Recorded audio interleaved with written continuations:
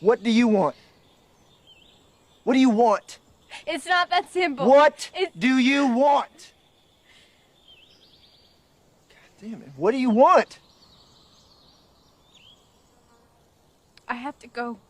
Welcome everyone. Today is Sunday. I hope you are all very well. I hope you are healthy and hope you are not getting and starting to... Yeah. Oh, hi Nick. Thank you so much for hosting my stream. Thank you so much for that.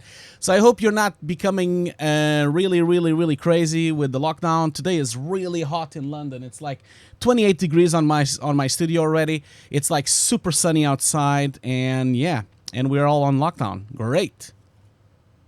Anyway, we have a great day for you guys today. So we're going to start with the book stream. As you know, every 2 weeks now, we do the book stream.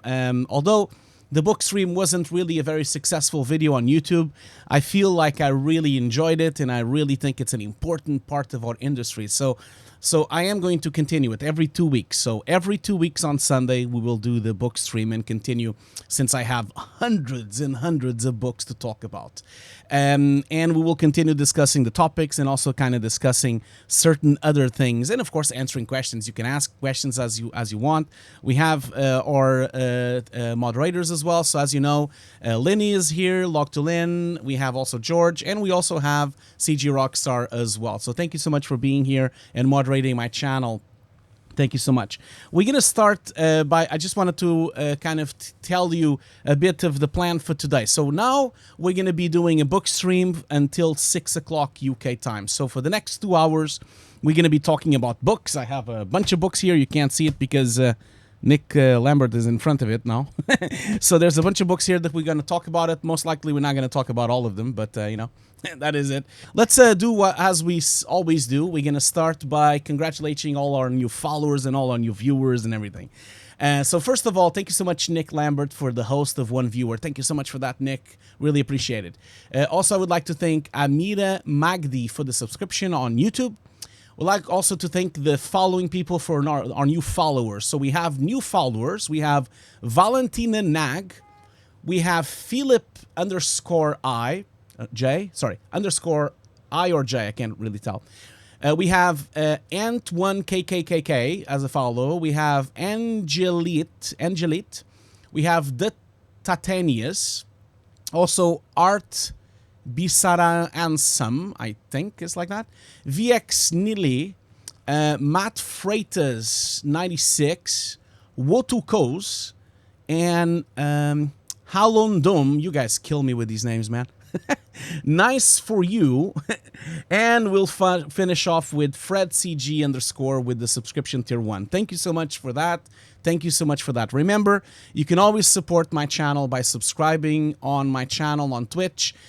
Becoming a subscriber really helps to support my channel so I can continue to do 3 streams a week. And of course, if you have Amazon Prime, it's completely free for you to support my channel. It's free, like you don't pay anything, and Amazon gives me some money for supporting my channel. So don't forget that.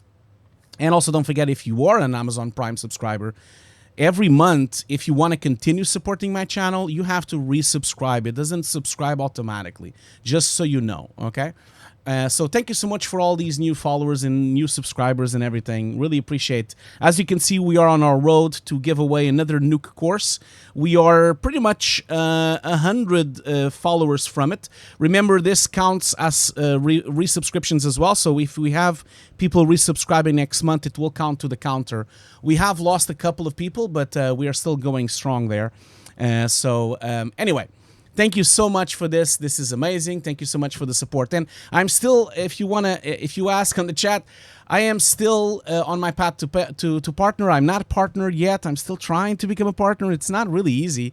It's been a bit difficult lately. I'm still waiting. It's been 2 weeks. So because I'm still waiting, I'm still trying to keep the momentum of my channel. So that means I need to continue. More to the left. Jesus Christ. To the right.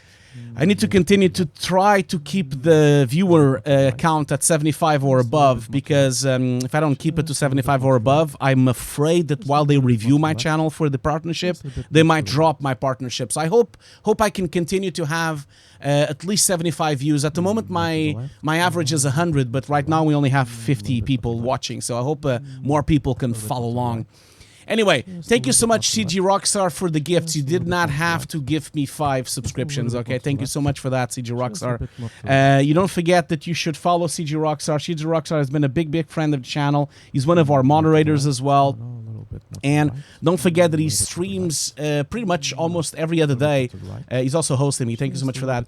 So don't forget to follow CG Rockstar. He's actually, at the moment, streaming a big workshop in Maya. He's doing like a car crash on Maya, so go in and watch the old video on demands, and you can also follow his channel and give him a hand as well to support this channel. He really needs your support. But yeah, thank you so much, CG Rockstar. Thank you so much for this. So CG Rockstar has gifted 5 subs. He's gifted a sub to Ode Jatl. He's also gifted to Andreas LT97. He also gifted to Blind VFX. I like that name, Blind VFX. He also gifted a sub to Monkey 3D Post, and also gifted a sub to Necronis as well. Thank you so much for this, man. Much appreciated, much appreciated. You didn't need to do that. Anyway, I can see we have about 66 people. I hope more people will come, since I don't really want to drop to 65. Because if I have less than 75 people, I'm just a bit afraid that they might not give me partnership because they see that the views go down. I hope more people will join. During the break, I'm gonna see if I can promote the stream a bit more as well, and see if maybe more people can join us during this stream, just to help push this thing on the partner. Once I become a partner, I don't need to care about this anymore. I can just forget about the view counts, because I have been, you know, I've been like not playing games. I have not been doing the streams that I wanted also to do other streams, you know, streams that are more relaxed and streams that are less stressed about view counts, especially with some video games. And I can't do it because if I do a video game stream, I'll have like 20 viewers, and I'm just like worried with the partnership. So just please try to share my channel as well to see if we can get this going. What are you talking about, Hatchput? Being a VFX artist, we have to try hard to achieve the result. Which result? Thank you so much, Jurgenot, for the 1,000 bits. Oh my god, thank you so much for that, man. You didn't need to do that. Thank you so much for the 1,000 bits. That's amazing. Much appreciated. Yes, Polymonger, I've already finished Street Fighter Streets of Rage 4, but I want to play it on the chat. Yes, I want to play it on the stream, but I can't do that now, because if I do that now, I'll have really few views, and I don't really want to do that. So yeah. Oh yeah, be a partner on Twitch? No, I don't think it will be hard, Rashput, to be a partner on Twitch. I just think they're taking very long, and of course, because I have an average of 100 right now, so I've been doing it for 2 months now with averages of 90, 80, 100. It's all good, except today. Today I have like a bit less, but like I've been having a good average on Twitch, so I think the averages are there, the hours are there, everything is there. It's just that Twitch is taking a long time because they have such a backlog of people trying to become partners. So I just have to be patient. But while they're reviewing, while they're reviewing me to become a partner, it's been 2 weeks now. Obviously, when I got the email, it said it was only going to take 7 days, but of course that didn't work out because it didn't take 7 days. But yeah, but the thing is, like, I'm just afraid that if they log in now to my channel and they are reviewing my channel to become a partner, if they see very few views, they might just skip it. I really hope not. So that's why I'm really trying my best to do streams that will bring as much people as possible, like, nuke workshops, talk about books, and do show reviews and everything. So that's why. And I hope I can keep going with the momentum. Anyway, let's get going. I've already promoted everything. I already thanked everyone. Let's just get this show on the road. So, as you know, we've done this before. We're going to do it with my little nice book cam, which I have here. Look at that. Ah, this is so pretty. Oh, this is the wrong resolution. Sorry. Resolution that I want to have is that one. Yes, thank you. So that's my Doom guy here as well. He's having fun as always. Just try to center this up. So today we're going to continue with the book streams. It will be visual effects related, of course, but it's not really about visual effects. For me, the reason why I started with these books, the reason why I started with photography and lighting is because I truly believe that photography is the pinnacle, the most important thing that you need to learn as a visual effects artist. You know, if you don't know photography, you really don't know, you don't have the basis of knowing lenses, of knowing cameras, of knowing like composition, lighting. It is so important, and that's why I started, instead of starting with like visual effects books, I started with what I feel is the most important thing in the world, which is photography for visual effects, and also of course lighting as well, and of course we step in a bit in color.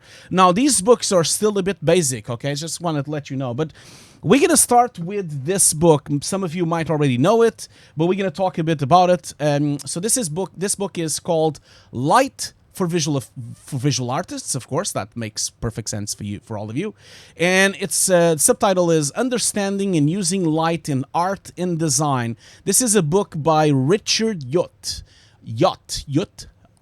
I hope I'm pronouncing it right. So I have a bunch of marks here, as you can see, with little papers.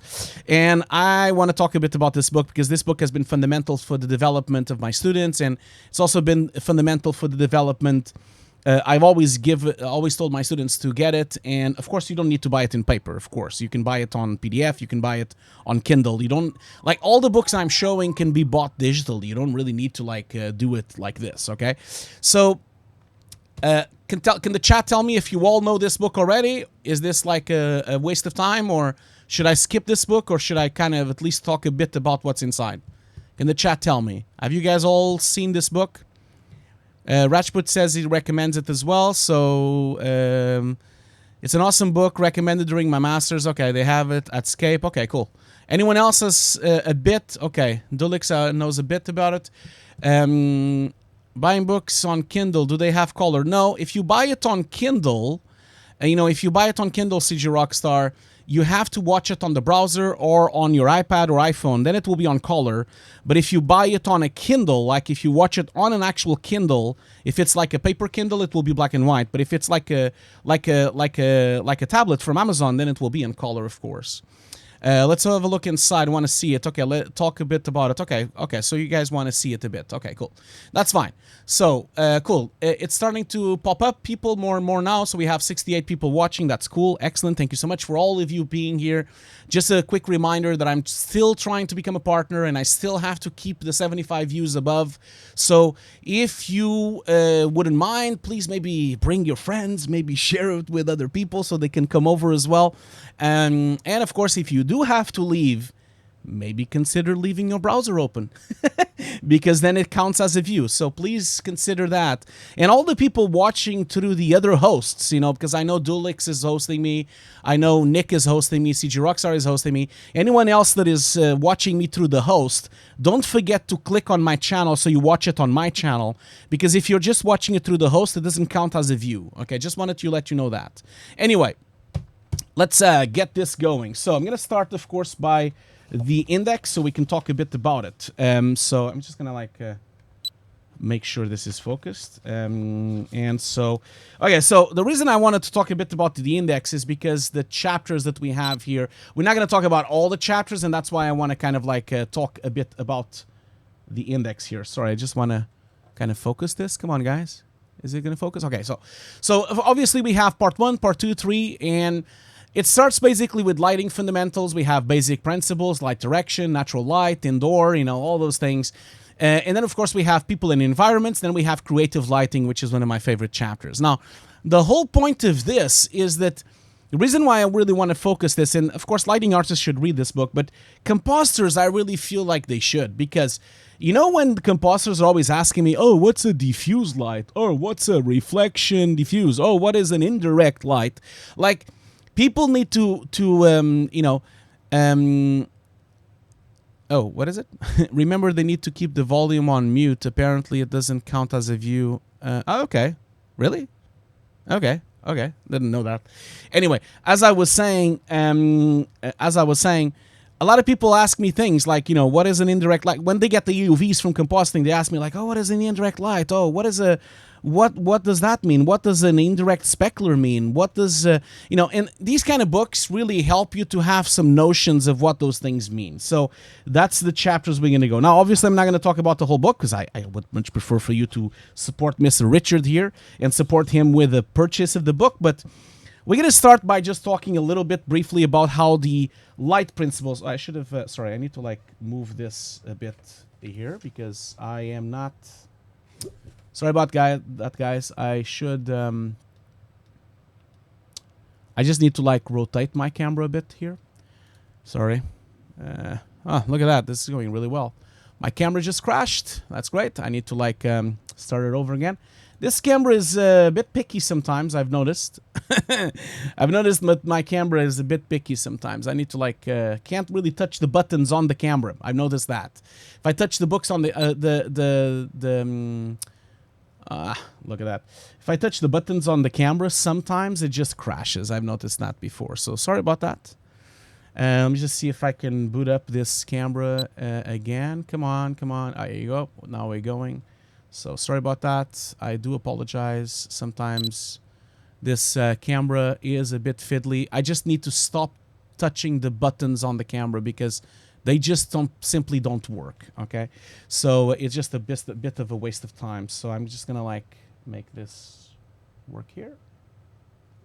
Sorry about that. I know I should have done this before, but unfortunately couldn't really do this before because now it crashed. So okay, so now that's gonna work. Oh, look at that. This is already look. I'm gonna leave this for you all to view. This is what's happening on my stream right now.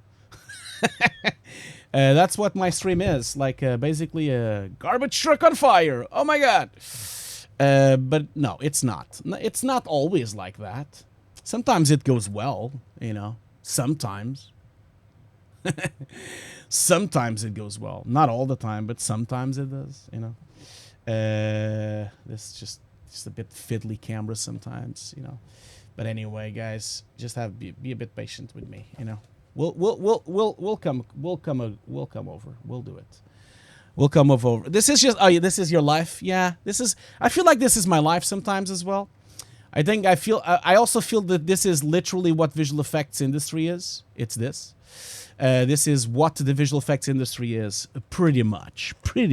Anyway, I think this is now good, so I am ready to rock and roll. Okay, good. Books. Okay, sorry about that. So, as I was saying, basic principles, and remember I was always telling you, how do light behaves, and especially graphics like this, where it talks about what a bounce light is, what a skylight is, what sunlight is. These are really important facts. Of course, it goes a bit deeper. It talks about red photons and blue photons.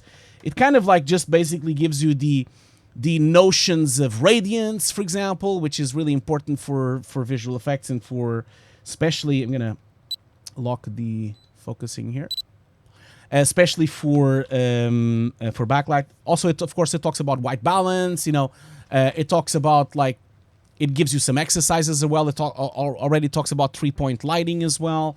And of course, lighting direction. I hate these CGs that they have on the book, by the way. They are horrible. Look at that. But it gives you a lot of examples of light direction. I mean, this obviously, it's a no-brainer, but it really makes a huge difference for you to kind of actually look at these examples and then try to incorporate this into your work, especially if you're a lighter, and especially if you're a composer as well, Yeah, that's right, Nick. That's right. It does happen when we're live. And the cool thing about it is that on YouTube, I can just chop, chop, chop, chop, and it's not there anymore.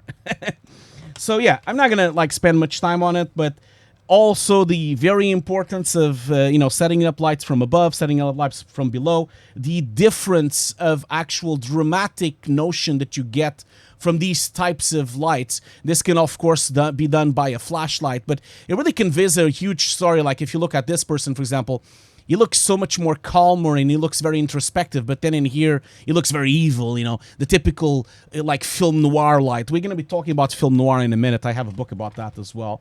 But this is really important. Now, obviously, one of my favorite chapters of this book as well is the chapter 3 with natural lighting. And this is fundamental for any composer and lighting artist, just for them to understand that when, of course, you're talking about natural lighting, there's only one light source. And of course, everything else has to do with bounce light, like just like we know it as global illumination. Again, the book goes really into detail of examples. It shows you multiple photos that you can test. Also, of course, at any time when you look at these examples, like this one with dust and this one with sunset, I really would advise you to always go and get your camera and go ahead and take photos and examples. That is so important. It's always so important. Even like this, trying to capture dusk light, trying to capture haze as well, and even like working in haze in Nuke, trying to get haze by using depth passes and things like that. Obviously, the book keeps going. I'm not going to spend much time on these. I want you to buy the book. I don't want you to like watch the book live. Otherwise, the person that is selling the book, like Richard, I'm sure is not going to be happy. Now, let's jump in here to this one. So obviously, this is one thing I really wanted to talk about. Like, first of all, in here you saw let's go back a bit here. We talk about natural lighting, right? And this is something, a topic that I wanted to discuss with any VFX artists in the chat here. A lot of people have this notion that the only way to light, if you have an outdoor scene, is to just use the natural light. That means that a lot of people just kind of feel like they can just use an HDR to light, or they can just use just one source of light like the sun. This is really further from the truth. And as you're going to see on the next book that I'm going to talk about, which is a book called Painting with Light, you're going to see that most of what you see in movies is fake. Most of what you see in movies is completely fake. It's done with multiple lights. It's done with bounce lights. It's done with reflectors. There's a bunch of stuff, yeah, you're right, George. Well, anyway, it is running in HD, but I know you can't read it, yes. But I'm doing it a bit on purpose, yes, George. Anyway, as I was saying, people have to stay away from this notion they can just use an HDR or they can just use one single light. And this is why I love this chapter, the indoor and artificial lighting, that really talks about how to deal with multiple light sources and also bounces as well. I'm going to just move on here. Let me just go in here. Sorry, just give me a second. Where is it? Yes, that would it.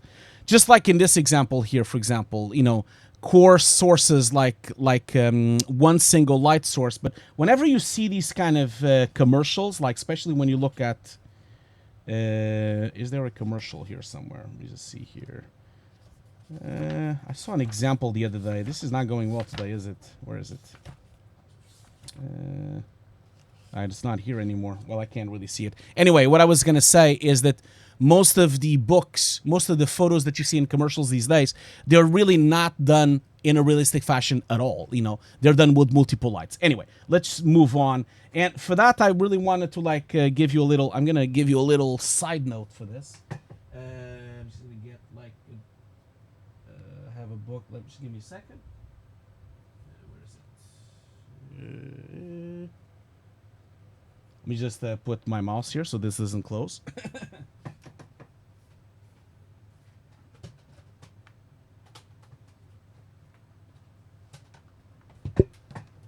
Now, the reason why I stopped here was because of the light source being done by a candle. And if you really want to have like a workshop in amazing lighting, and especially lighting done by natural light sources like candles and torches and actual fire sources, you should really look at this film. This is Barry Lyndon from Stanley Kubrick. So this is the special edition from Criteria Edition.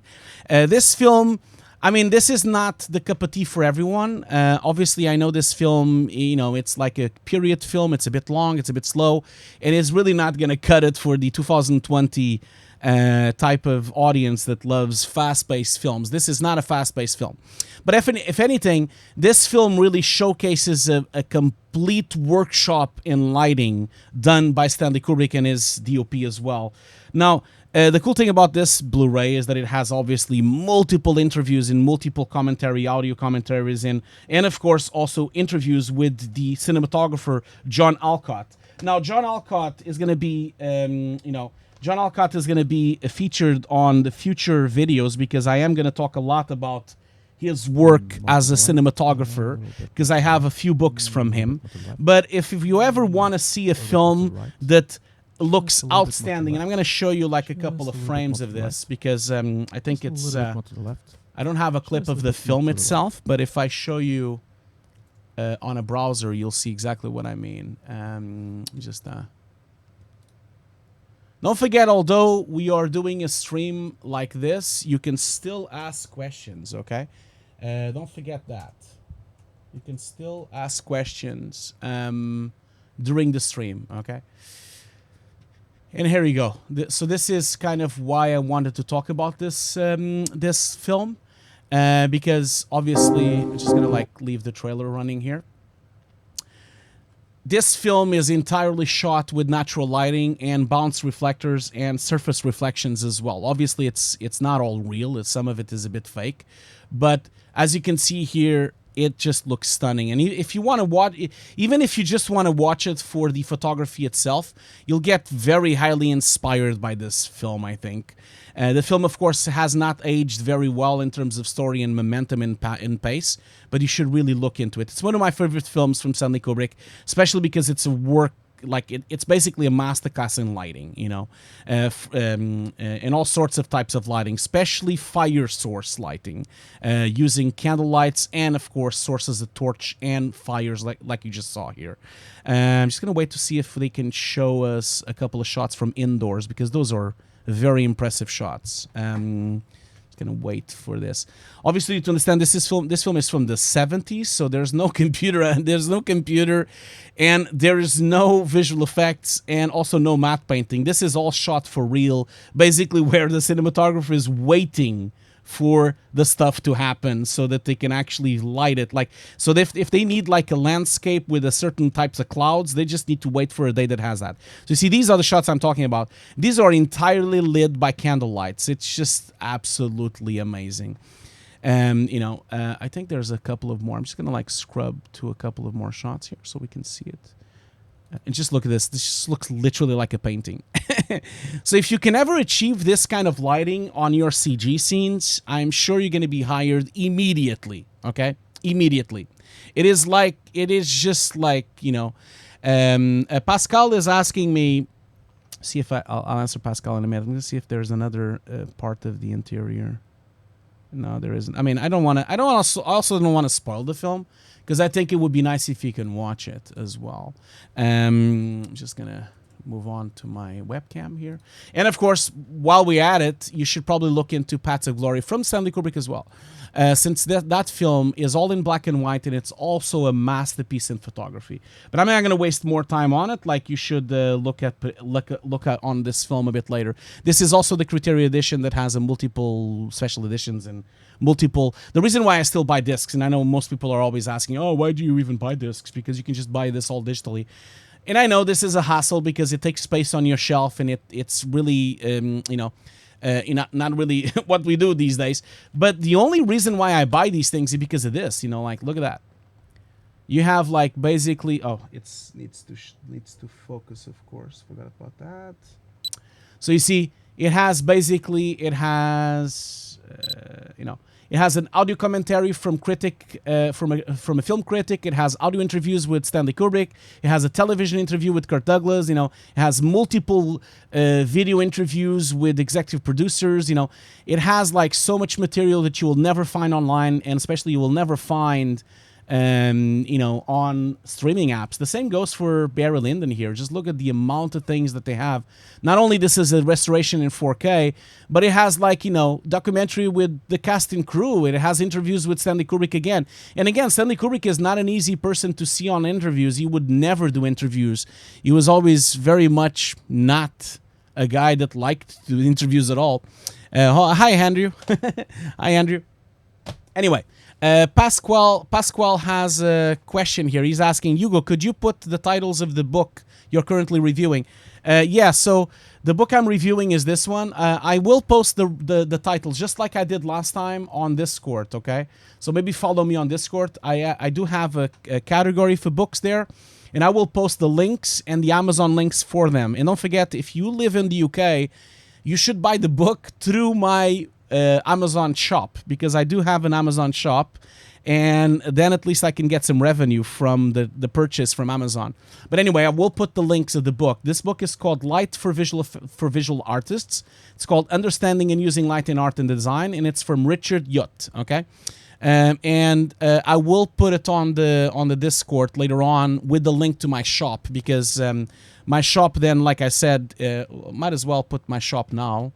Because since you are looking at my stream now, might as well do that now. Let me just do this here real quick.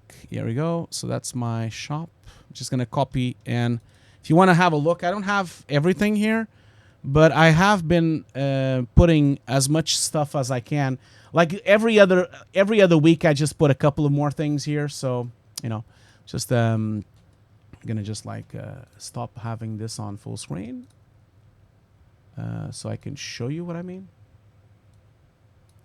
Yeah, so this is Hugo's Desk shop, like I said. So this is, of course, the UK shop, so it only works for people on the UK.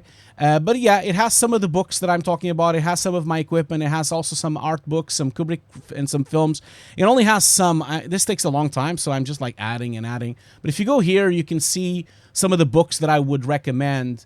I don't have this book here. Yeah, I'll need to put that book in. I've been putting it as I do the streams. I've been putting them in. So maybe give me a bit of time for me to like do that after the stream or something.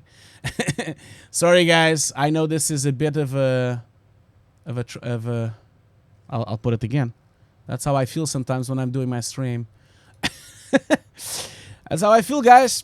Anyway, while we have this, while I'm trying to fix the camera again, I just wanted to thank DMS Blast 2006 for the follow. Thank you so much for that. And also thank you so much to Rafael Serralho 07 for the gifted subscription. So Rafael has gifted a subscription to Pijal Plu. Thank you so much for the subscription Prime. So for the subscription tier 1. Thank you so much for the gift. Much appreciated. So yeah, the shop, of course, it's unfortunately at the moment, it's only UK based. I would have to make one in the US as well. Maybe I should do that as well. Anyway, another question here. I have a question from Real Pixel Phil. Didn't they use military grade lenses to get the 0.4 aperture? Yes, Real Pixel Phil. So, I talked about this briefly, but at some point in a few weeks, I'm gonna do. I think I talked about that 2 streams ago. As you know, I am a big fan of Stanley Kubrick, and so I visited all the exhibitions of Stanley Kubrick. I have visited 4 exhibitions of Stanley Kubrick in Germany, in Brazil, in the UK, and I've taken thousands of photos while I've been on these exhibitions, including photos of those lenses that you're talking about, and I have a lot of books from them as well. So the other day, like a couple of weeks ago, we did a vote on the stream here, and the vote was, should I make a stream just about these photos and basically showcase the exhibitions with my own photos and explain some of the things that are on these photos? And everyone really wanted to do the stream. So maybe come back in a couple of weeks. We will do that stream for sure. And we'll talk about those lenses. And the lenses that you're talking about, they're not really military grade. They're lenses that they were specifically made for NASA. They were specifically made for NASA for the telescopes to be outside. But we'll talk about that on a future stream. Don't worry. Another question here from Indie VFX. With those Carley's lenses 50mm f/07, how did they avoid super shallow depth of field? Well, they didn't. It is super shallow anyway. They did not avoid it. It is there, but because the film gate is so large, it doesn't really didn't really work the same way it would work on a small sensor as well. So let's see here. I have a suggestion here for future streams from Pasquale. Maybe next stream we can have a screenshot of the book on the top of the banner. Yeah, that's a good idea. I'll do that. Yeah, for sure. I can do that. I can do that for sure. I'll thank you so much for your suggestion, Pasquale. I need to set that up. I can't set that up right now, but I will do that the next stream. Thank you so much for your suggestions. Always open to suggestions to anyone that has suggestions to improve my stream, okay? As you know, I am, I've only been streaming for a year, and I want to help. I want to become better and better and better at it, So CG Rockstar says, could you make an Amazon shop for India as well? That's fine. I can try to do one. It's so lame that I have to make one shop per country. It really becomes a huge hassle, because I kind of have to do all the books for all the shops. It's a lot of work, Anyway, we've been running for 45 minutes already. You already know what this is. I want to be a bit more careful on these things because lately I've been neglecting the 45-minute rule. As you know, I always stretch my legs every 45 minutes. So let's do that. Don't forget to go and drink some water. Go and stretch your legs. I'll be right back. We'll be doing a stream for 5 minutes only. So don't worry. We'll be right back. It's only a break for 5 minutes, okay? Don't go anywhere. Please keep helping me and supporting me so I can become a partner. And I can see that Andrew was here already as well. So Andrew, thank you so much for being on the stream here. And don't forget to support Andrew's stream as well. Andrew is also trying to become a partner. So maybe someone on the chat, maybe one of my moderators can put Andrew's link as well. So don't forget to go and support Andrew. Andrew is a very senior modeler at DNEG. He's worked on pretty much every film known to man, from Star Wars to Terminator to everything. He's currently working on Dune. So yeah, maybe go and follow him and support him as well. So I'll be right back. I'll be back in 5 minutes. Go and stretch your legs and go and drink some water, okay? I'll be right back. Here's the intermission.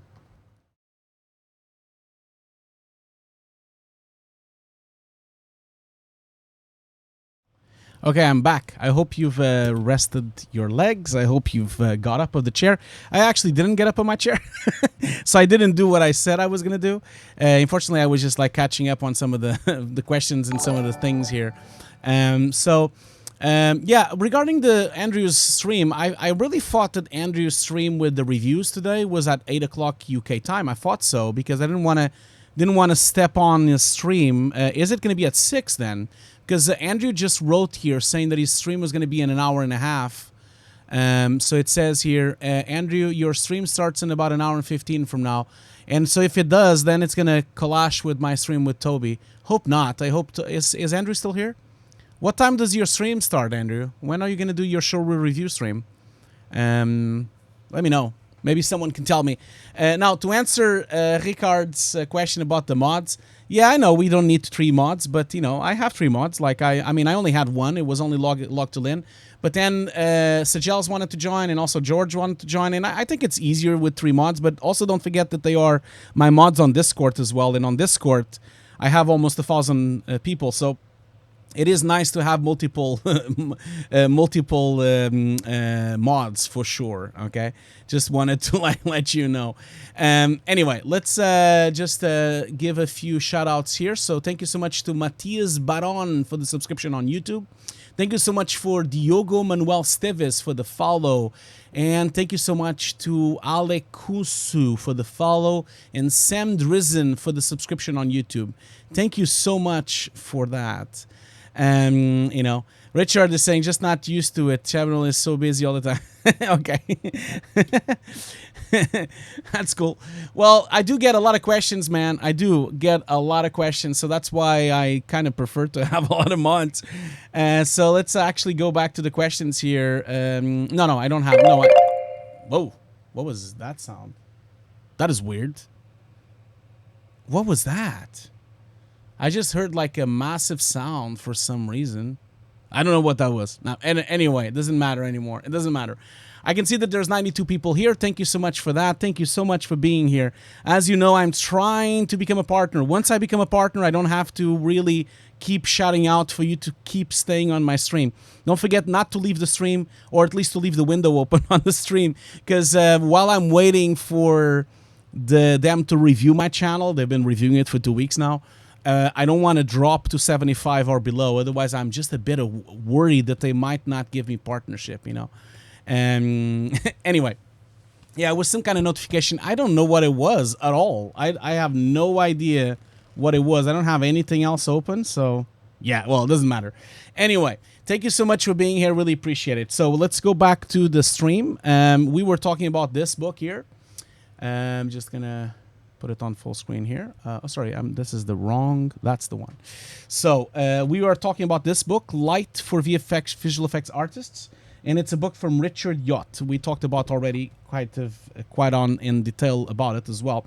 So we were just talking about Barry Lyndon. So I'm going to move on to the next chapter that I want to discuss. Of course, you know, you all obviously have chapters about reflections, about surfaces, you know. I'm not going to go into this, like you need to buy the book and read it. That's the main thing I would say. But I just want to jump around here a bit for a chapter that I really like, which is this one, which is very en vogue right now because of RTX and because of real-time ray tracing. And this is diffuse reflection, which, and again, I really think that these kind of books really help any composer to really try to understand what the AOVs do. Oh yeah, Andrew says it's like in 3 hours. Oh, that's fantastic, Andrew, because right after, the reason I'm saying this, Andrew, is because at 6 o'clock, I'll be doing this. I'm going to be doing live stream with Dulix Live, which is a buddy of mine he's a visual effects supervisor at MPC New York. So we're going to be talking about war stories. So I'm going to raid his channel. We're going to go to his channel because I want to help him to become an affiliate. He's not an affiliate yet. He just started streaming. So we're going to go to his channel. We're going to talk the shit about visual effects, about the mill, about the Nexus, about all those things, about how to work in the industry. We're going to take questions from the audience. And then I just want to jump into your stream. That's why I'm talking about it. Yeah, it is really cool, Loctolin. This banner was made by Toby. It wasn't made by me. Toby is a much better designer than me. He's also a much better composer than me as well. He's a very, very, very talented composer. Like, he's one of the best artists I've ever met in my life. So I'm really looking forward to having a chat with him. And he's also very talented. He's like a 3D artist and a composer. He does both. He just does everything, you know, as I don't do everything. Yes, that's right. Pizza is good. Well, Andrew, you're not going to miss it. We're going to do this every 2 weeks. So we're going to have more war stories. Don't worry about it. Like, anyway, let's go back to the books. I feel like I'm neglecting my the sole purpose of this stream, which was to show the books. I do apologize for that. But hey, guys, you know how it is. This is like you know, we keep going, and we never stop. Anyway, as I was saying, RTX is now really in vogue. If you really want to be a composer and you want to understand all the AOVs and all the passes you get from 3D, you should really read this book and especially learn about all these things. I'm going to just like wrap up this book because I think we should move on to the next book. Also, in here, it really explains really well everything about direct reflection, which would be the direct specular that you usually get from Arnold or you get from Redshift as well. So it kind of like goes through of how it works and how it exactly exists on nature as well, which is really cool. And then, last but not least, this part, which I think is incredibly important. People really neglect the way that you should light characters and people. And again, for me, like I was saying, like, you kind of always want to look at the masters, okay? Like I said, watch Barry Lyndon, watch Paths of Glory, watch more films, watch films that have outstanding photography. What you could do is you could just go into the Oscars website and actually check every single film that won the Oscar for cinematography and go and watch them, okay? It's really important for you to do that because if they won a cinematography award, that means their film looks amazing, you know, so... oh yeah, Real Pixel Phil, I don't even have words to describe the Unreal 5 demo. The Unreal 5 demo is mind-blowing, okay?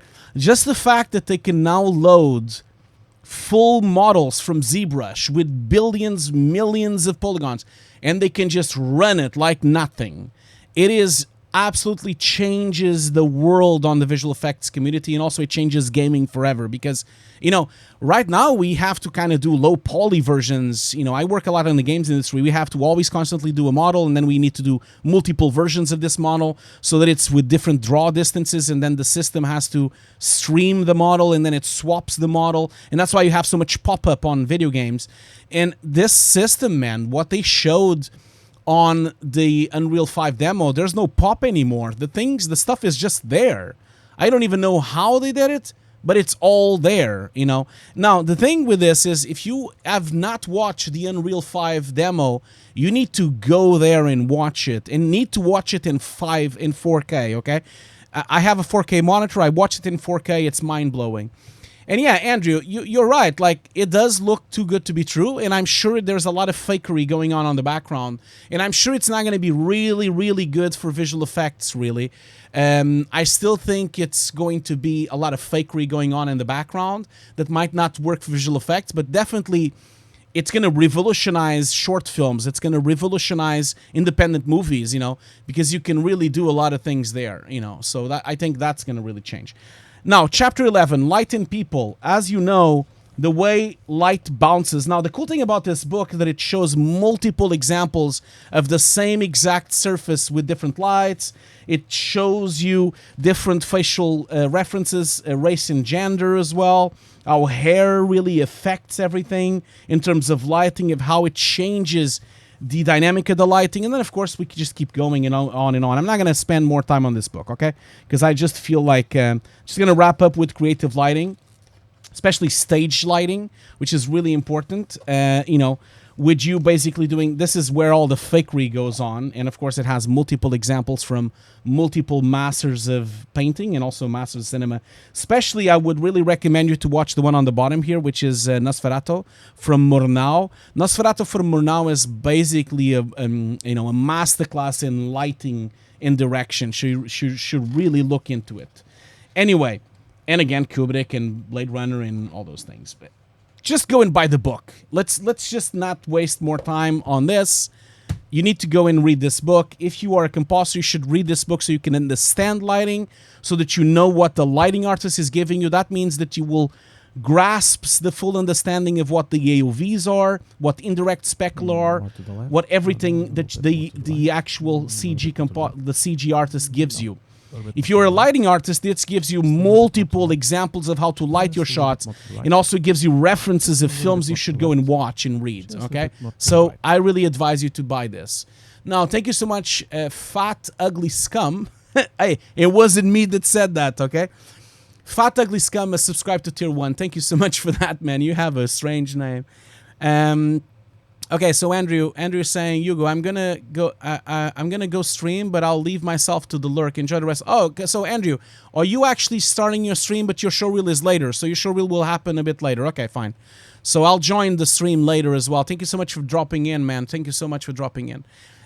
So let's continue with the questions. I have a question here from Pradit Pata 1202. Everyone is talking about real-time rendering. Can I ask a question? Yeah, sure. Go ahead. You can ask the question.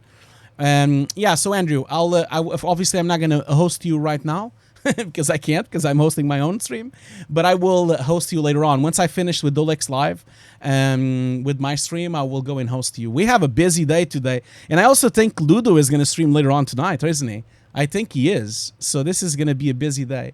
Pradi 1202, you can Prada 1202, you can ask the question, of course. Didn't really catch your question, so don't think you did ask a question. Is there any possibility that Nuke artist jobs will hamper? What do you mean about because of Unreal? Don't think so. Don't think so at all. Like, I think that if anything, Unreal has no connection with Nuke or compositing. I don't believe so. Like, Nuke artists will always be needed. Don't forget that compositing is not just like CG, okay? A lot of people think... I've been getting a lot of questions about that. Like, oh, now that Unreal is out, is Nuke going to be obsolete? Of course not. Of course Nuke is not going to be obsolete. You need to, like, think about this, what you're saying. Like, Nuke handles live action, it handles roto, it handles paint, it handles matte painting, CG compositing, integration of CG, and especially keying. All those things cannot be done in Unreal. All these things cannot be done on a CG application. So you still have to comp, you still have to match layers, you still have to merge layers, you still have to combine layers, and especially combine them in terms of color correction, black points and white points. So if anything, I think compositing is gonna continue live and well. It's just that you're probably gonna get real-time rendering. That means that you can iterate much faster.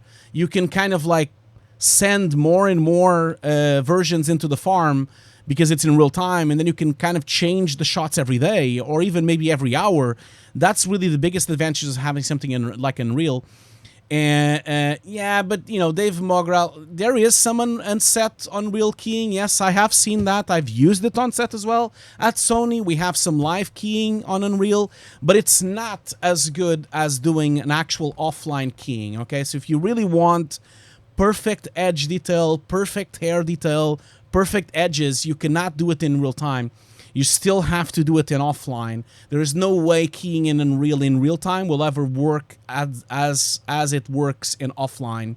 And so I have actually used Unreal Live on keying on set for Sony, and it gives you an okay key. It's almost like an After Effects key, you know. You can kind of see the edges are a bit black, and you can kind of see the hair disappears a bit, and there's just like a lot of things that's missing, you know. So I don't believe that it's going to replace it at all at the moment, but I do think that yeah, but you see, you're not really thinking this through. Like your Prajel 1202, you're asking if there's a full real-time rendering set, how can Nuke be on the pipeline? I don't really understand what you mean.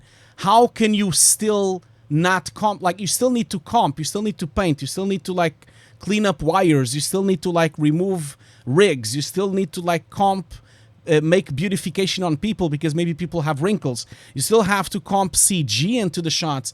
There's so many other things you need to put in the scene.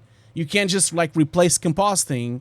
Otherwise, there is like, I know you guys all think that it works in real time, but it doesn't. You can't really just have a full composite in real time. It doesn't really work that way. It will never work that way because there's a client. Remember, there are clients. Remember, there are like people making tweaks. There are people making compositions. There are people making feedback, both commercials and film and directors and producers and art directors.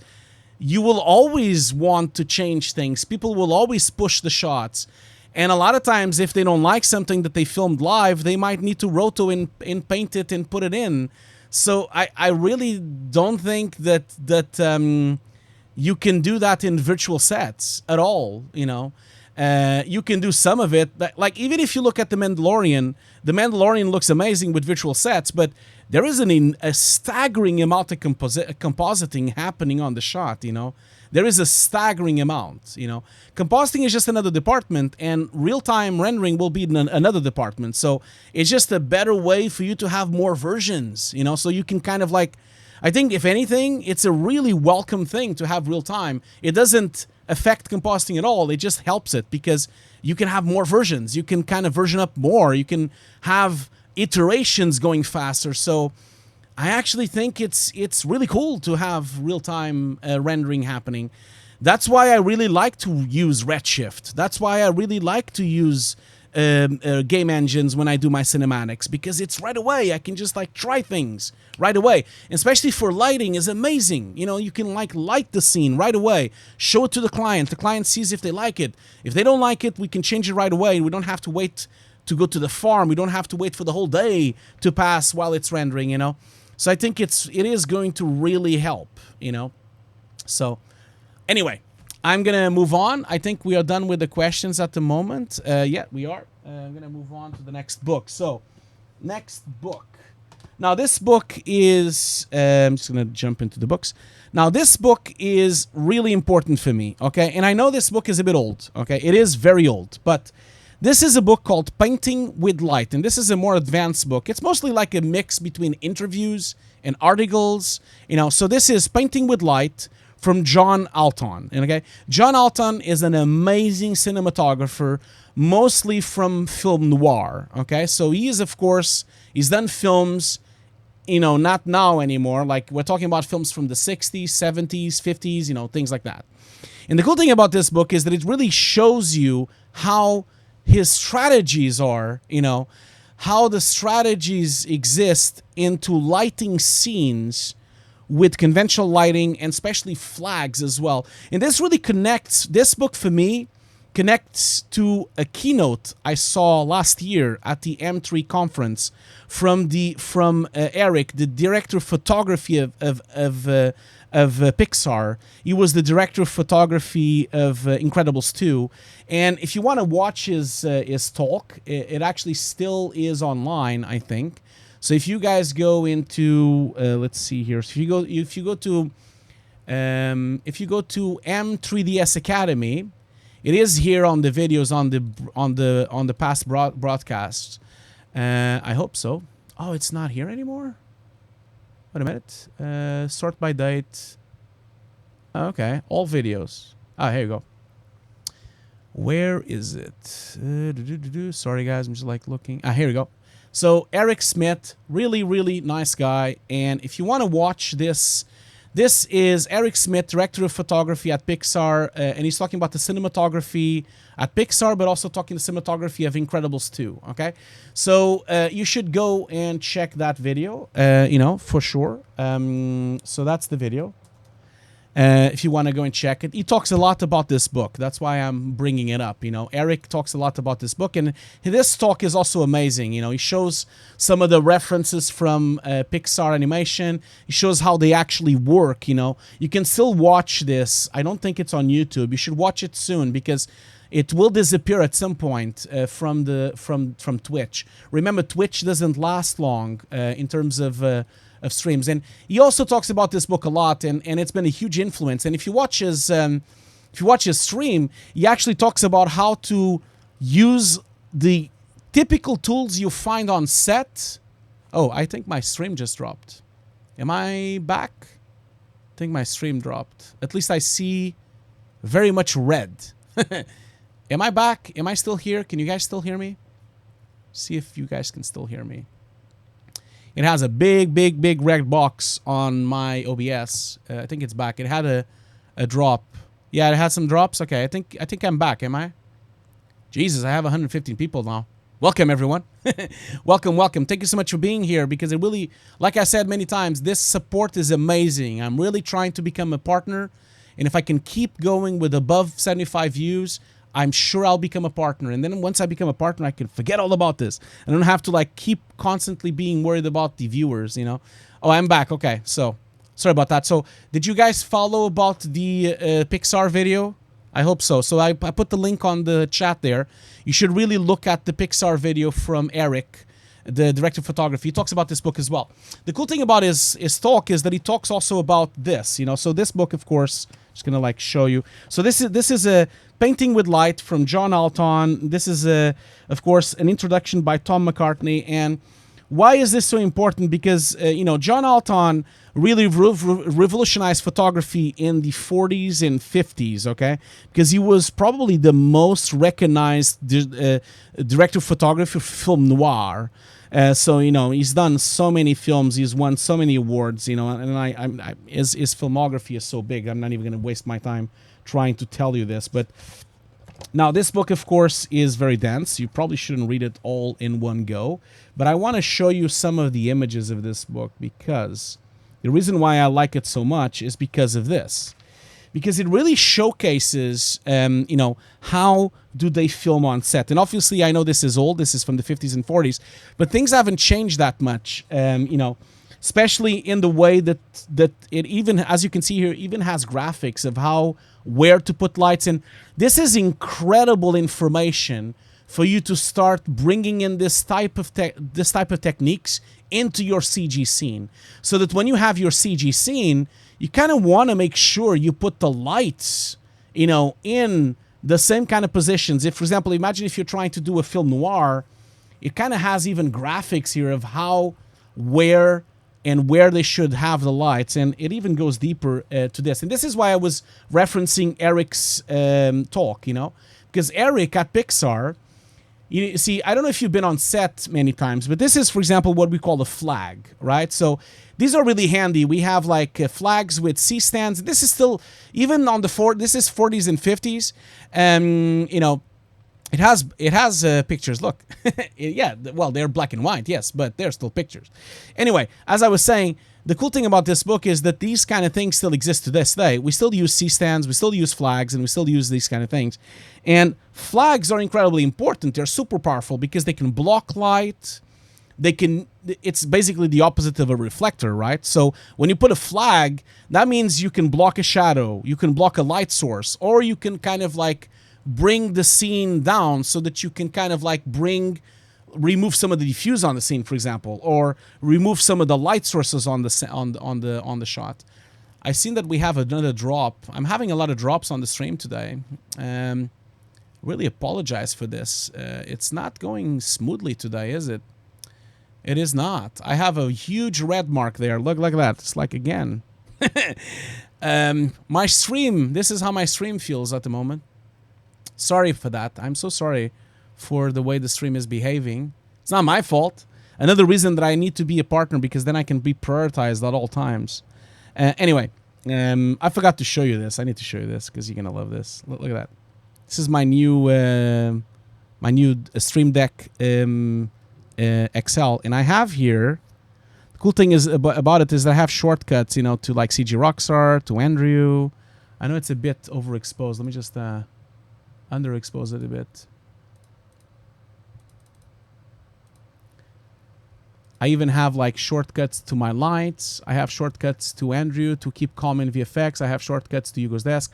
And then I have little GIFs, animated GIFs, you know, for the books, for example. So I'm gonna just put this a bit closer to the camera so you can kind of see it. Look at that. How cool is that? I love this. Been having a lot of fun doing like little GIFs to my thing. So that's the book stream when I'm doing the books. Of course, in here I have also Shia here.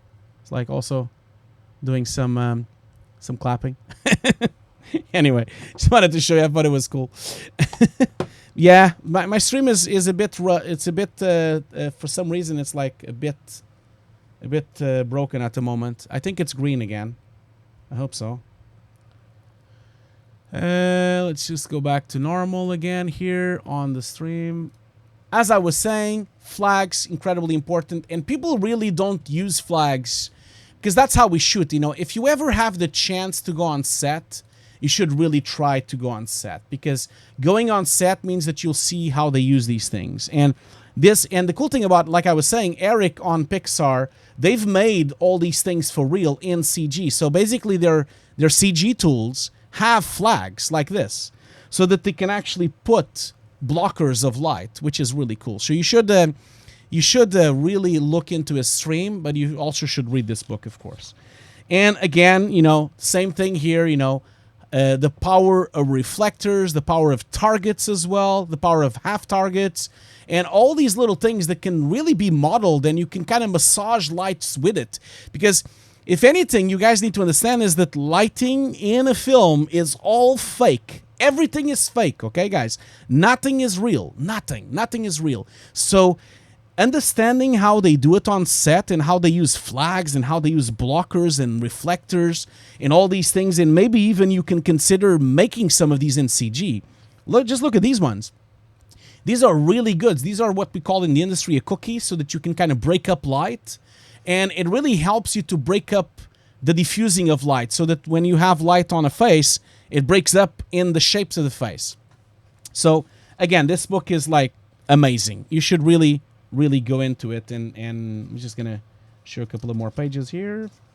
Obviously some of these things are a bit old. Obviously you can't really like judge lights anymore like this, because these are lights from the 50s, but it doesn't really matter. That's not really why I want you to go and watch this book. It also has a really nice chapter about the theory of illumination. This is like one of the best cinematographers in the world, so you should really read what he has to say. It gives you some examples of some graphics as well. I want to show you some of the graphics here. Let's see here. Where is it? Yeah. For example, here. These are invaluable, you know. And I know the American Cinematography magazine also has these kind of things as well. And I'm going to talk about that in a minute. But you see here. So if you are a CG artist, if you are a lighting artist, it is really important for you to understand that lighting should be handled like on set, so that you start staging lighting just like professional photographers do, and just like professional cinematographers do. That's why I keep saying that people need to read cinematography books. Pasquale is saying, if you're interested on these topics, try to search light modifiers. There are a lot of useful tools on how to help shape your light just the way you want it. Yeah, that's right. Pasquale has a really good point there, and you should really look into that for sure.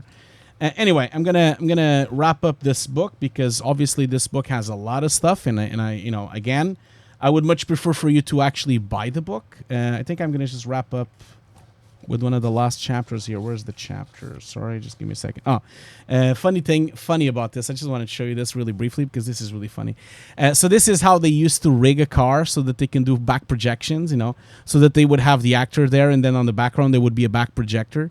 And they even like talk about how back projectors work, you know, how to do back projectors. And the funny thing now is that we're now working like this. This is on the 40s and the 50s, and it's like we came full circle.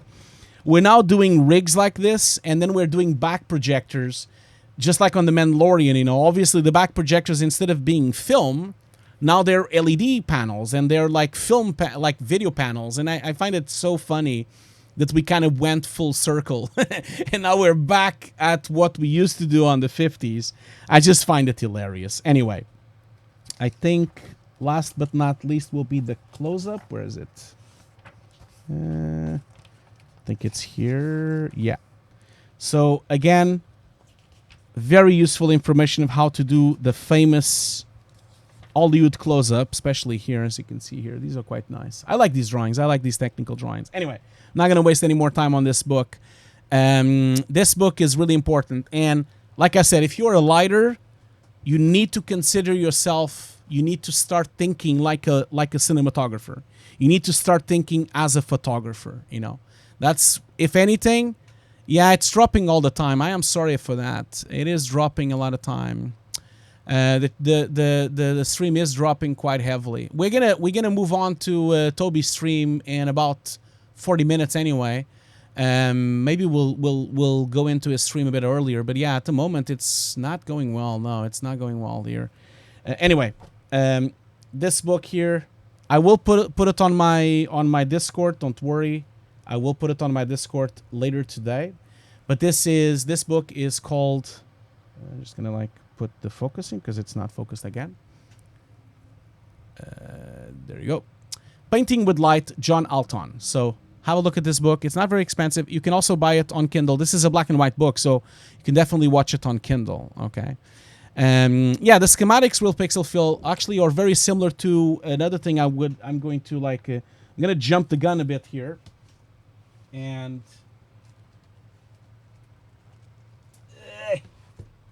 books are heavy, man. I'm gonna jump the gun, and if you want to have more schematics, you should maybe consider this. Now, the American, so glossy the cover. The American Cinematographer magazine is a magazine that has been going on for decades now, and they basically are the best in the industry for cinematography. Now, I have been subscribed for them for years, and they have a lot of schematics. So I'm just gonna just give you like a couple of rundowns. And here, of course, they talk about like Mandalorian. The one really good one is the one about the 1917, which is like almost shot in one single take. Obviously, I also would say that the It Chapter 2 article is amazing as well. Now, the cool thing about American Cinematographer is that these magazines exist digitally as well. So you don't have to have the physical one. Black Swan is also a really good article as well. You don't have to have them physically. You can actually have them digitally. The cool thing about the physical version as well is that once you can have both. You know, you can have the physical and then you get the digital version as well. So Social Network, also a very impressive article, and of course Games of Thrones. Now the cool thing about this is that it actually has schematics. I'm just going to show you real quick here. So it actually shows you, and I think the cool thing about this for me is that it not only has the schematic. Let me just go to the book here, the film. Let's see here. Where is it? King's Speech. Black Swan. Where's the Black Swan? Sorry, just give me a second. Yeah, 30, page 30. It becomes really handy having this magazine if you're trying to light a scene and try to use a film as a reference. You know, so for example here, this is an article about Black Swan. And the cool thing about this is not only it debates on how it was done and how they filmed it. But look here. I'm going to just show you why I love this magazine. Obviously, it has, you know, first of all, it shows you how they set up the lights, things like this. You actually have photos from the set of how they produce the light. And as you can see here, this is nothing more than a floodlight on the ceiling, which is something Roger Deakins does a lot as well. And then kind of like just have the rest of the lights bounce around. And this is a very easy to do in CG. You know, you can definitely do this in CG for sure. Now, the thing that I really like about this is this. Where is it? Again here, really cool to actually show you how they set up the lights. So you see here, this is a scene from the film. You can clearly see what they've done there. They have a huge floodlight with diffuse on the right side. Then they have a reflector, white reflector on the right side as well. And all the light just looks very natural bouncing to her. Sorry, I know this is not sharp. I'm just going to try to see if I can get this sharp. Still kind of like getting my way around this camera. So you see, invaluable information of how to do this. Obviously, Cinefx has this as well. But the cool thing about this magazine is that it actually shows you how they set up lights and scenes. And I think for me, the most important piece of information is this. At the end of the articles, they always have this. Look, this is amazing. It actually tells you what camera they used. It tells you which lens they used. It tells you what type of film they've used and what was the print as well. That means if you want to match a look of a film, you can watch this magazine and actually see what lens they've used. So, for example, if you want to try to mimic one of these shots, you can then use a 240 to 1 aspect ratio with a Super 16mm camera and then use an ARRI Ultra Prime 16 on the camera, which is really cool because then you know exactly how, and then you can like construct these cameras in your CG environment, you know. I think that's why I love this so much. Let me just show you another one here. I know this is not a book. It's a magazine. I know that. But yeah, they've used a 7D. Yes, they did. I know. It looks amazing. It's incredible, right? Again, here, David Fincher, which is one of the best directors in the world, and how he did Social Network. I'm going to just go in here. Just going to go and see if I can find a scene here that has the lighting. Again, look here.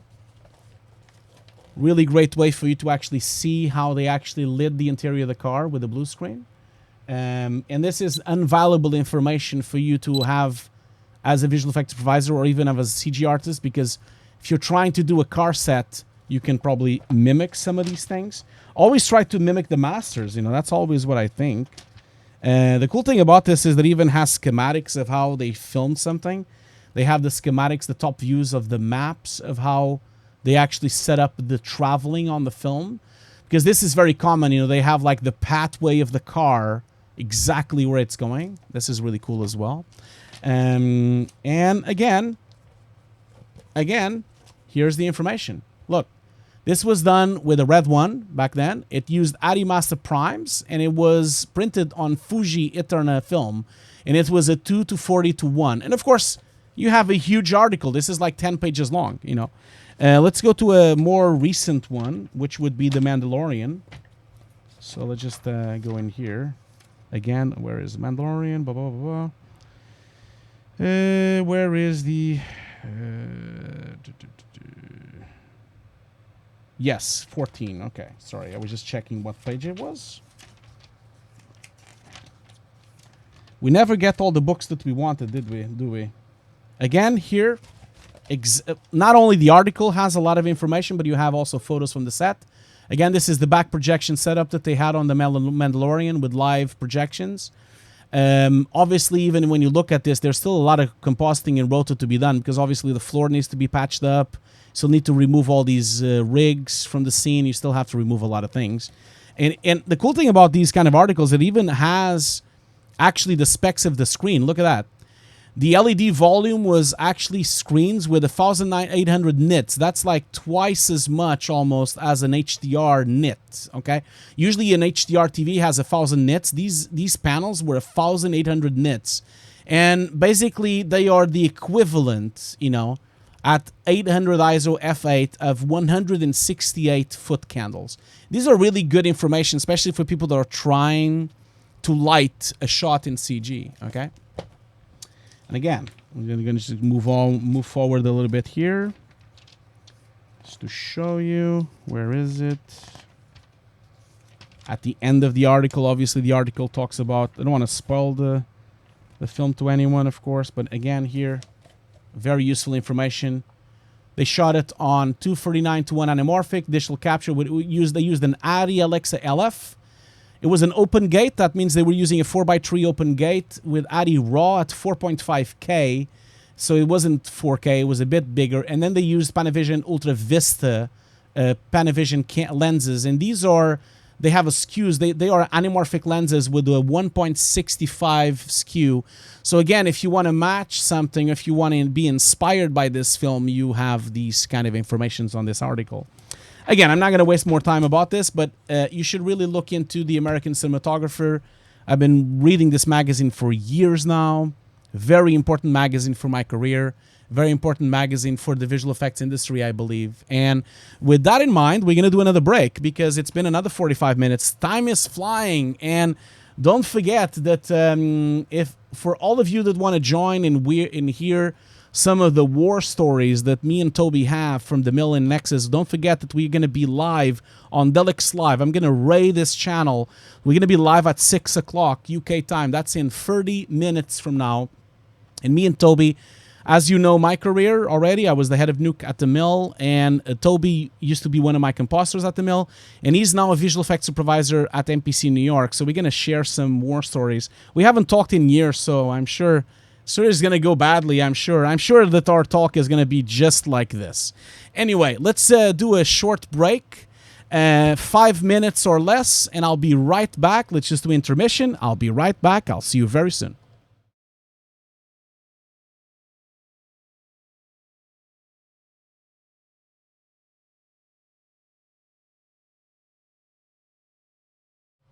Okay, I'm back. Hope you've enjoyed that, Kurt. I'm back. I hope you've stretched your legs again. I didn't stretch my legs again. I didn't get up because I've been promoting my next stream. So don't forget, in about, let's see, in about 20 minutes, we're going to be raiding my buddy Toby at Delix Live. Damn, almost broke a thumb there. We're going to be raiding him, and then we're going to be talking about our war stories about visual effects. If you want to join, we're going to be talking about the mill and Nexus and all the stories we've done over the 20 years of experience we have. He's the current visual effects supervisor at MPC New York at the moment. So let's answer a couple of questions here. We don't have much time. I definitely am not going to be able to do all these books, I'm sure. Maybe I can do one more, I'm sure. But I am so sorry that this is always the same thing, isn't it? I never have the time. But that's why you want to come back. And thank you so much. We've been like really running really good here with the views. Like we've been always above 75, I think. At least I hope we have. Like at least it looks like we've been always above 75. I'm just like a double check really quick, actually, if we actually been above 75. I think we have. And it's really, thank you so much for all this support. You guys are amazing. Thank you so much for all this help. Can't thank you enough, you know. Let's see what is our current... Yeah, we're 95 average, which is fantastic. No, sorry, I don't have an average yet. Oh, I don't know yet. Oh, okay, cool, okay. I don't know yet the average. We don't know yet because it's not... Oh, no, sorry. The average today is 77, so it's a bit borderline, but... we'll make it. We will make it work. Hopefully, we'll make it work. So let's answer some questions here. So I have a question here. Let's see. A lot of questions. You guys talk a lot. Let's see here.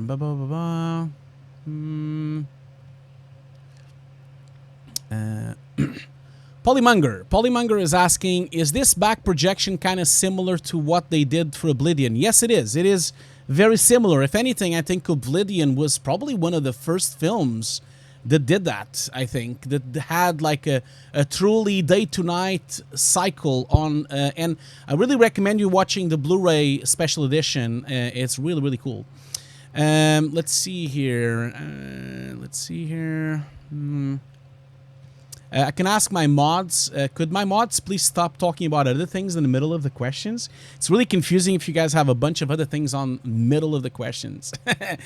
I don't have my Pepsi. I'll get my Pepsi when I'm doing the talk with Toby. Okay, I'll do that. It's going to be nasty. Is Toby still here? Are you alive already, Toby? I'm going to double check if he's already alive on Twitch because I need to like make sure I rate him correctly. Let's see here. Is he already live? Can see Andrew is live. Let's just go to his channel for a second here. Yeah, Andrew is already live. Oh, look at that, Andrew. Like watching. Let me just gonna watch you live now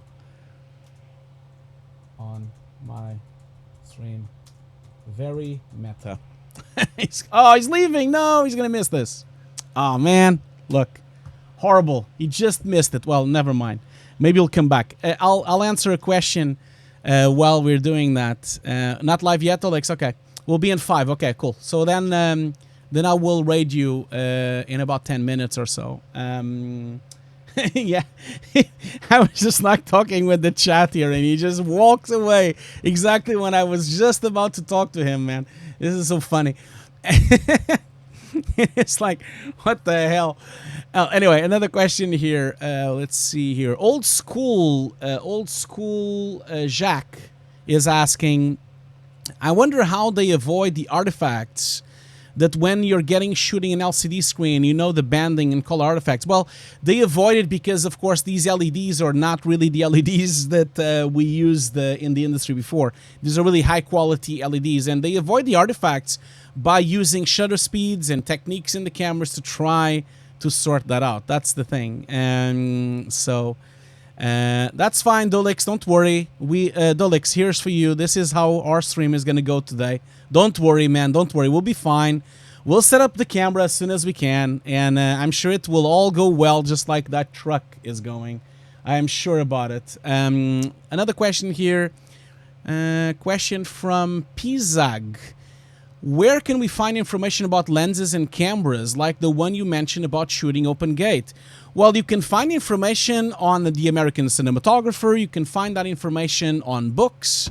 You can find information on this stream. Yeah, so maybe join my Discord. I am posting a lot of books there. You know, I'm sure that I can help you. That yeah, maybe Pizag. Maybe try to join my Discord and we can chat about it in a later date. You know, I'm sure I can help you with that. Let's see here. Another question here. Let's see here. Oh, Lenny is just talking here. Yeah, so Old School is asking, isn't it clean, all the stuff behind you? I mean, dust and stuff looks tedious to take care of. Sorry, are you talking about my books here? Yeah, it is. I need to dust it every week. I need to clean my house every week, of course. That's normal. Oh yeah, Andrew is back here now. I'm watching his stream. Yeah, look at that. I'm watching his stream now, Andrew. Look, I'm watching. It's very meta. I'm going to put sound as well. Very meta. Look at that. He's watching my stream and I'm watching his stream. When we're watching each other's stream live, I need to put sound on this, I guess. Oh, God. I like you guys. Cool guy. This is... This is pretty strange. Okay, anyway, let's move on here. Let's see here. Yeah, we were watching each other's stream. Anyway, we only have like about 10 minutes left. So 10 minutes left won't be time enough for me to like go through the last book. I don't really know what to do because this last book is a doozy, okay? I'm just gonna like show you the book and then we can kind of like talk about it next time. So I'm gonna just like show you the book because maybe you can watch it already. You can read it a bit. Well, so this is gonna be the book I was gonna talk about next. Sorry, it was gonna be this book. Now this book is called Color Correction Handbook, and this is of course much more into color correction than anything else. Oh, Old School, thank you so much for the subscription tier 1. Much appreciated, much appreciated. And as you can see, I had a lot of things to talk about on this book. So we will talk about this book next time, I think, because I have a lot to talk about. So, like I said before, we're doing these book streams every 2 weeks, okay? So I have a pile of books down here on the floor, by the way, to still talk. We still have to talk about this book.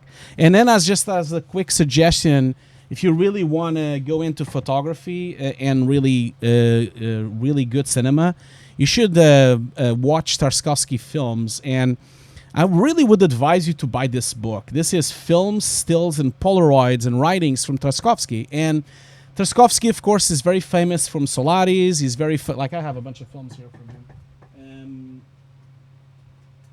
He's one of my favorite directors. You know, he's very famous for Mirror, of course. He's very famous for The Sacrifice as well. He's very famous for Nostalgia as well. But I guess the film that he's most famous, also I would say Andrei Rublev as well. I know it's a bit bright on the screen, but I think I just have to lower the exposure because it's a little bit too bright. Yeah, there you go. Much better now. But I guess he's mostly famous from this film, Solaris, which is one of his best films. Again, his films are amazing in terms of editing, atmospheric, in terms of set design, in terms of acting, in terms of cinematography. They're just mind-blowing. But for me, if we're going to talk about cinematography, this film is absolutely stunning. Ivan's childhood. This film is one of the most beautiful films I've ever seen in my life in terms of photography. And then, of course, last but not least, let's not forget probably what is his most famous film, which is Stalker as well. So I think if you want to learn more about cinematography and really become a really good lighter, you should look at these films. And the reason I'm mentioning this is because of this book. This was a gift from my wife. Anna gave me this book on my birthday a few years back. And the book is really cool because it not only has, it has, let me just go to a couple of pages here to show you.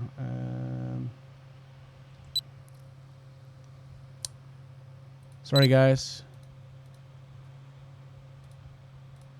Not only has a lot of articles, of course, which is really cool, but I'm just going to go to the pages here.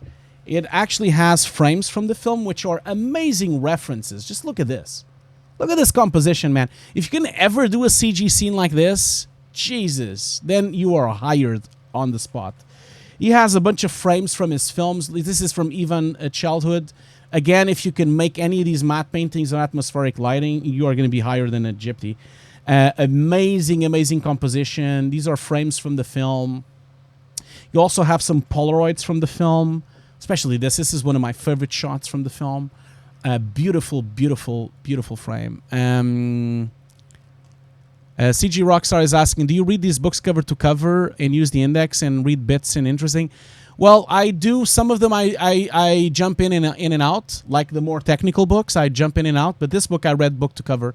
So every book I showed you, by the way, I have read, of course. So I do have a lot of books that I have not read yet, and I'm not showing you those books because I constantly buy new books. That's why this is why this is a series, because we're gonna be doing this for years, I think, because I have hundreds and hundreds of books, and I keep buying new books and more new books, and I keep reading new books, and so in a way, I think it will grow and grow and grow and have more. At some point, maybe next year, I'm just gonna jump into a couple of pages here. A couple of years from now, I'm sure I'll make more videos about cinematography books because by then I would have read more cinematography books, But the reason I'm showing all this is because these are the books that formed my knowledge, These are the books that made me the artist I am today. I know for a fact that I'm only good at composition and I'm only good in compositing because of these books, because of my study of the art and my study of cinematography and my study of lighting. That's why I can make a good image. That's why I can make a good composite. I feel like it's really super important for you to understand that it's all about inspiration. It's all about references, This is probably the most crucial lesson for today. You have to learn from the best to become the best. I think that's the way it goes, And if you don't study what happened in the past, and if you don't study the big masters of cinema, the big masters of lighting, the big masters of photography, how can you ever be a master? How can you ever be a good photographer? I mean, some of these frames are just like mind-blowing, and I wish I could ever make something even closer to this. I'm trying to find, just to wrap up, I'm trying to find a photo here from The Sacrifice. Where is it? Which is beautiful. I love it. Should have marked this book as well. It's been a while since I read it, so look at that. This is just beautiful. This is just a beautiful frame. Anyway, I'm not going to spend more time on this because we're going to wrap up the stream soon. So yeah, Tarkovsky, Film Stills, Polaroids and Writings from Thames and Hudson. It's a pretty big book. It's like a thick book. It's hardcover. Not sure you have it digitally. Not sure. But it is a mind-blowing book from a filmmaker that died so young, man. He died so young, and he made so few films. It's a shame. I think he only did like 10 films or 12. It's such a shame. He died, I think he was like 50-something or 60 when he died. Such a sad thing that he never showed us more films, It's the same with Kubrick, He died when he was like 70. I'm sure he could have done films until he was 80 or 90, but that's how life works, man. Life is like this, and it's people die. I guess it is like that. Anyway, let's move on into the stream. So I don't think I can do any more books today. So I think we're gonna raid Dolix. Dolix, are you live already? Let's raid Dolix and then move on to his stream. So thank you so much for being here. And don't forget, guys, that this is not over, okay? It's not over. So we're going to continue the stream on Dolix. And I really want you, at least, I know not all of you are going to come, but if some of you are interested on hearing some of the stories from the mill and Nexus and MPC and how we grown on the industry, and also if you have any questions about how we did things on the industry, please join our stream, We're gonna be live right now. I'm gonna raid his stream, and then I'm gonna join his stream with my webcam.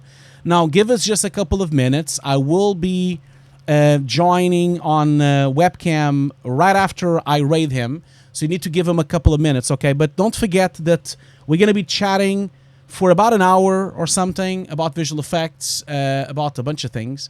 And I hope that Dolix can play some games. And go and support this channel, because Dolix is he's a really good visual. He's a very senior visual effects supervisor at MPC New York, and he's trying to become an affiliate. So let's try and support this channel. That's why I'm moving to his channel and not doing this on my channel.